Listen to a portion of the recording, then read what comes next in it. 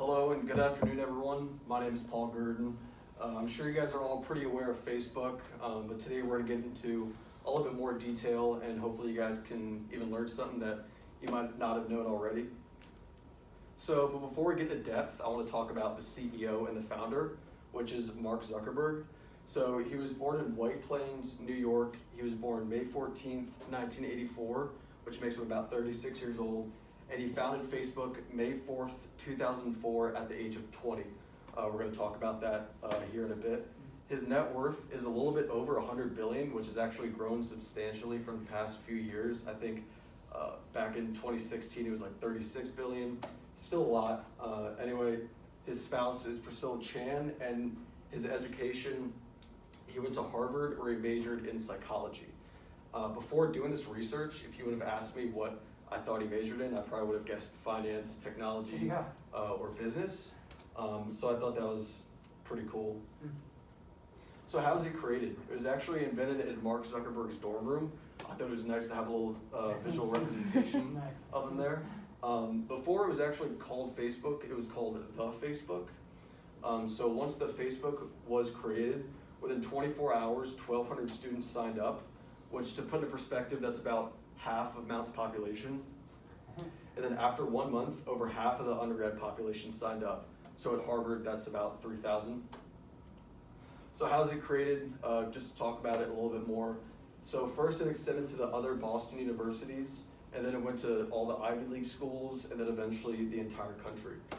In 2005 is when it officially became Facebook.com, and that's also when it extended to the UK. So why was Facebook created? Its intentions were never really to create a business. It was kind of just like a school thing. Zuckerberg was simply trying to connect people from different colleges. He thought connecting people was a basic need, which, I mean, it definitely is. At one point, at Harvard, Zuckerberg was actually accused of copying a fellow student's idea. He was actually sent to court because of it. So I guess one of his fellow classmates had a very similar idea. Facebook really became known and took off in 2009 when it was known as the world's most used social networking system. So some features of Facebook, there's actually now Facebook Live, which is pretty similar to Instagram Live. There's also Facebook Marketplace, which is pretty similar to Amazon, so you can buy stuff off of Facebook now. I actually thought this one was pretty cool as well, alcohol detection feature. So basically, before you post something on Facebook that has alcohol, it'll ask you, like, are you sure you want to post this? So I thought that was pretty interesting. They're also coming out with Facebook Gaming, where you can play like racing games and stuff like that. This is another good way for them to generate revenue through advertisements as well. So it kind of just seems like Facebook is trying to keep up with like Twitter, Instagram, and sort of vice versa. If you were to ask me, I kind of think that if you think about it, LinkedIn is kind of similar to Facebook. So it says here, LinkedIn is a professional network which has monetized its connection through tremendous power of corporations, recruitment platform, and Facebook in a general sense where LinkedIn is designed to connect professionals. Facebook is designed just to connect people.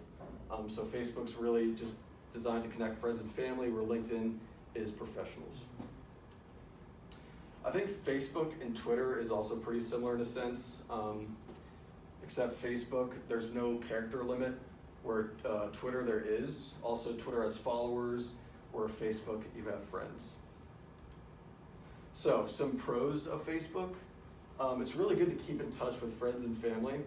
I know my dad, for example, he like reconnected with his high school girlfriend by using Facebook, and they kind of kept up with each other. They also like to keep up with their high school friends and go to their high school reunion. It's totally free to use. Like I said, it's really easy to find friends. It's easy and fun, and it's good to share information. So some cons. It is good to share information, but people can use it for the worse. I mean, people can use it to be creeping on you. Because you share so much information, they can even find out where you live, who you're friends with. It can also be used for bullying, pretty much the same thing. You share a lot of information, people can use it for bad. It's also very distracting, whether it's for work, school, in our case, school, obviously.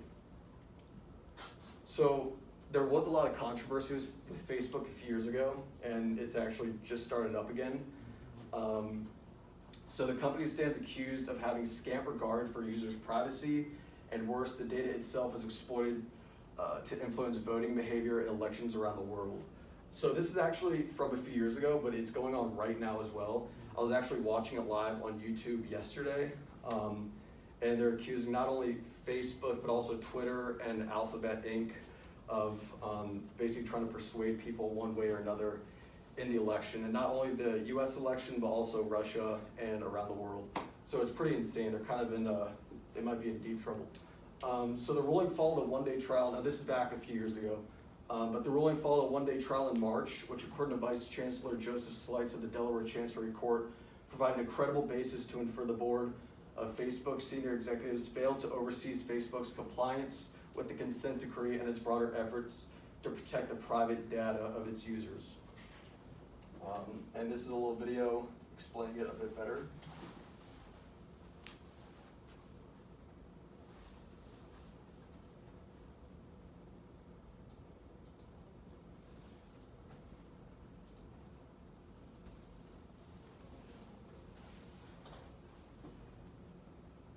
Nick Thompson is editor-in-chief of Wired magazine and a CBS News contributor.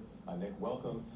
You had a long interview with Zuckerberg last month. What do you make of his performance today? Well, he's had hours and hours of hard questions. At times he's appeared evasive, but you know what? I think he did okay. I think he answered the questions thoroughly and seemed confident. Lindsey Graham's questions for you stood out, I think, for a lot of people. This was a fascinating point. Let's listen, first of all, to it. Well, we provide a number of differences. Is Twitter the same as what you do? It overlaps with a portion of what we do. You don't think you have a monopoly?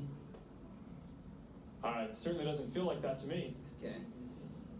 I mean, it's a tough question. That's the hardest question, and Zuckerberg doesn't have an answer because they effectively do have a monopoly. And so Graham's follow-up, which was, how do we trust you to self-regulate if you're a monopoly? That's one of the hardest questions for him. All right, so 44 senators tomorrow and then more tomorrow. He gets Congress tomorrow, and then the big thing that happens next, which is, will we actually get regulation? Will they regulate ads? Probably yes. Will they regulate privacy? Maybe. Will they go so far as deal with antitrust, as Graham suggests? That would get very intense. All right, the House tomorrow, that's what it'll be. We'll be watching that as well. Nick Thompson, thanks to you. Thank you. So that video was from a few years ago, but they're actually going through a pretty similar thing right now, except the Congress is through Zoom, obviously, and they actually might be in more trouble. So now some demographics of Facebook in terms of the age and the sex. So it's pretty similar all around, as you can see with the gender. 52% of women use Facebook, while 48% of men use it. Age all around pretty similar. But the highest percent is 22%, and that's ages 25 to 34. So this is what I was talking about this is when it was called the Facebook. And again, I think in a way it's kind of similar to LinkedIn. As you can see, there's not many features here. It just says my profile, my friends, my parties, messages, accounts, and then ironically, privacy. And this is what it looks like now, or something very similar. So there's a lot more options, still easy to use. There's photos, events, news feeds. So it's really cool to use now compared to how it was, I guess.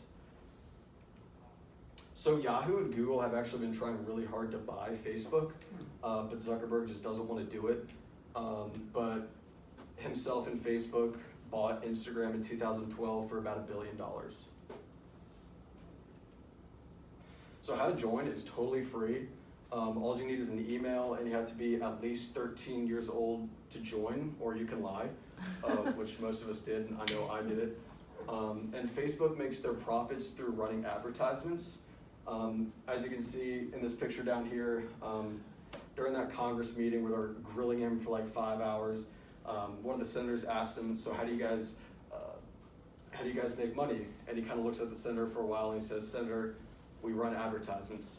So, I mean, it's pretty self-explanatory, but at the same time, it's pretty amazing how an industry like this can make so much money and be so successful just running advertisements. And I think that shows, that's a good representation of just how much we rely and how much we use technology and social media in our lives. And these are my citations. Anything else?